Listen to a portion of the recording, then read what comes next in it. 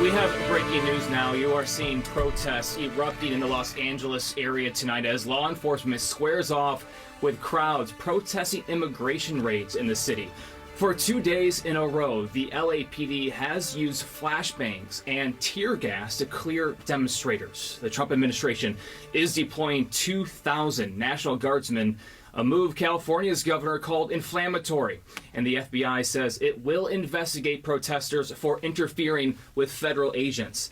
Let's get to CNN's Julia Vargas Jones now, who's with protesters who've gathered in downtown Los Angeles. And Julia, what have you seen so far? Hi, Brian. Look, we are here outside the federal building in downtown Los Angeles, where protesters are saying, they don't want ICE in Los Angeles. They're chanting out with ICE, release the people that have been arrested. There are about 118 people that were arrested, according to the Department of Homeland Security, in the several actions that took place in Los Angeles this week. Some of them here in downtown Los Angeles, 3 of them on Friday, and then again today in about an hour south of downtown Los Angeles in the town of Paramount.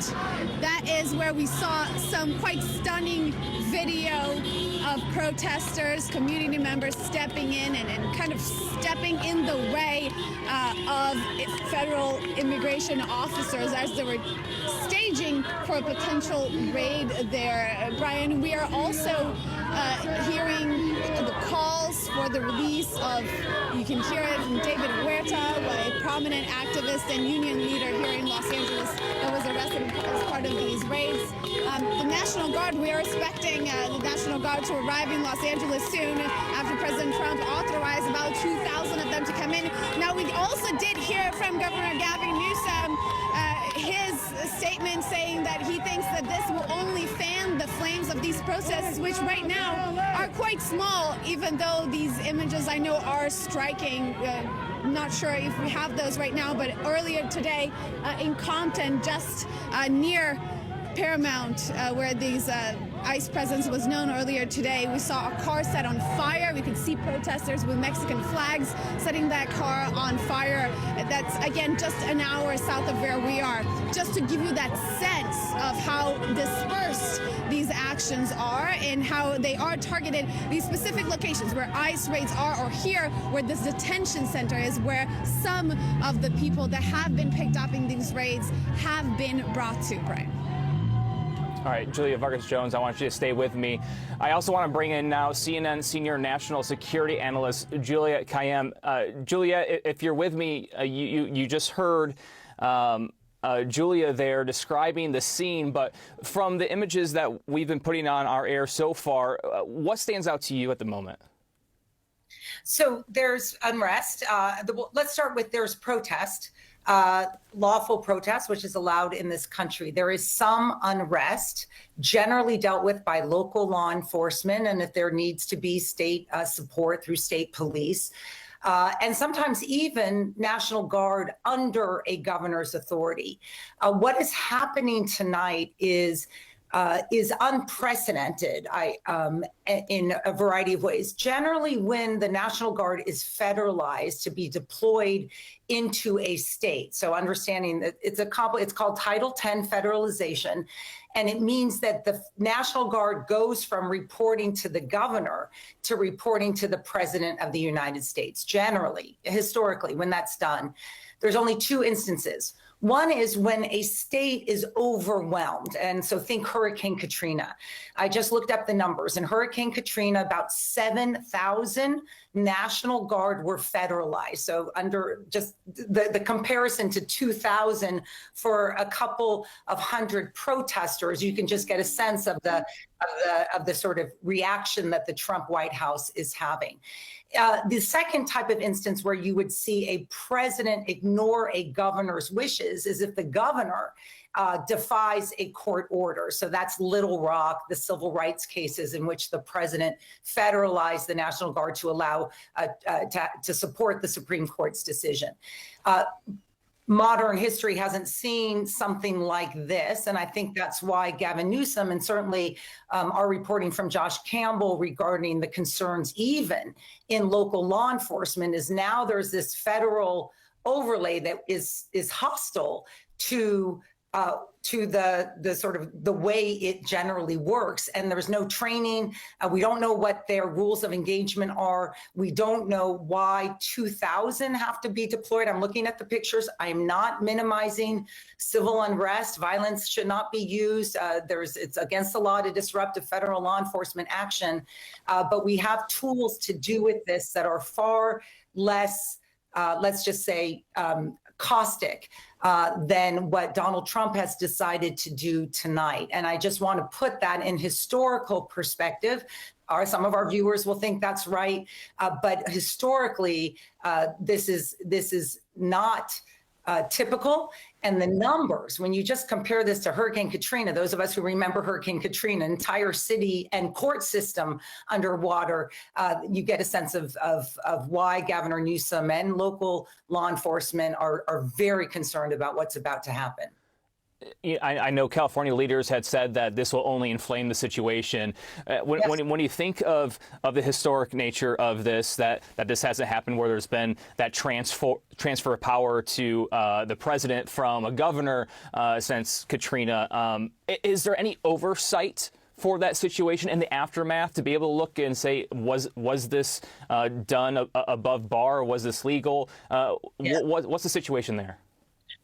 Well, one historical precedent is the LA riots. That was actually cooperative as well. And the after actions that I know very well, this is my space, this intersection between military, homeland, civilian, is that it was there, but for the grace of God was there not friendly fire.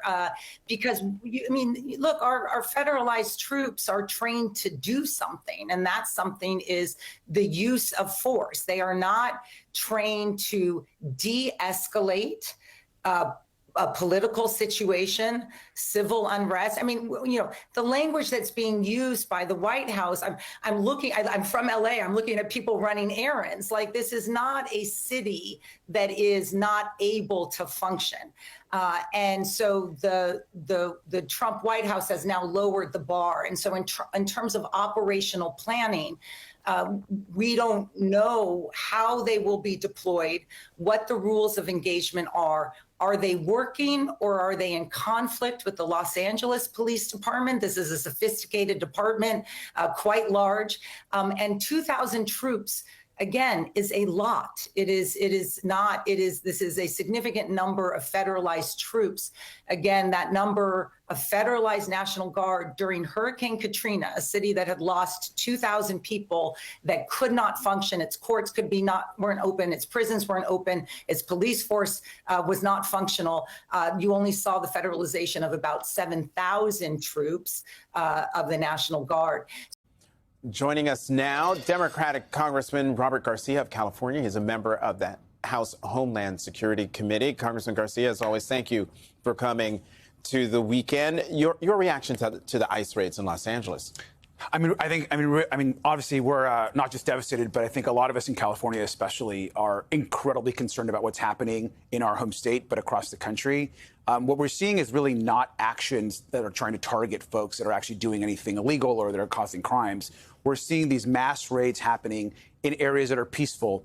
The Garment District. We're seeing it at schools. We have 2 schools where agents visited an elementary school back home in California, even in my own district, asking for children to come and see them at the school without parents' permission. We're seeing United States citizens, American citizens, getting swept up. And so, look, I think everyone can agree that in this country, if you are here and you're committing crimes in this country, that is one thing. And those folks shouldn't be here.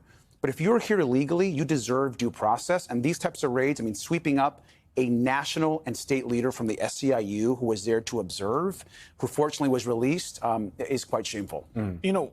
What you're talking about is Operation at Large, which is this kind of nationwide ICE-led plan that is ramping up arrests of unauthorized immigrants. So you have a quota of 3,000 arrests per day, more than 5,000 personnel from across federal law enforcement agencies, 3,000 ICE agents, 1,800 from Homeland Security investigations, where they're supposed to be doing something else, 2,000 DOJ employees, 500 CBP employees, 250 IRS agents, up to 21,000 National Guard troops requested. We've never seen anything like this before in this country. This was promised by the president. But I'm curious what you think of them pulling folks from the other agencies, right? IRS agencies getting pulled up into this operation at large, for example. And this is really a huge problem. So here's, I before I got to Congress, I was mayor of my city of Long Beach for 8 years. Law enforcement should be focused on law enforcement, making sure keeping people safe. What's happening here, and I think the concern for a lot of us, is we're actually essentially now bringing in all sorts of people from agencies to do Donald Trump's bidding. These are folks that should be going right now after transnational criminals. These are folks that should be actually keeping the country safe. They should be focused on keeping our ports of entry safe. They should be focused on going after people that are cheating and scamming the American public. But instead, what's happening, we're forcing them to go visit children in our schools. We're forcing them to go out and conduct these raids on innocent people, and oftentimes without due process. So this idea that we're now trying to mobilize the entirety of the federal government for Donald Trump's deportation agenda, which is not actually focused on criminals and folks doing crime, but hitting some sort of quota, I think all Americans should be concerned about that. Congressman, let me let's switch gears and talk about Kilmar Abrego Garcia. The White House press secretary called Democrats, quote, unhinged and wrong, and says the party, along with journalists, were quote, played like fools following Mr. Abrego Garcia's return. Listen to what President Trump had to say about this case, and we'll get your reaction on the other side. By the way, it's a disaster. It's a whole disaster. We can look at him with his antics. Not good. And for the Democrats. What we have here is Donald making a dark threat to the American people. People exercising their First Amendment rights, taking a massive escalation. Right? I know these are very intense protests, but they're there for a valid reason. And what Trump's doing is effectively saying there's a potential that the National Guard will come in and end lives.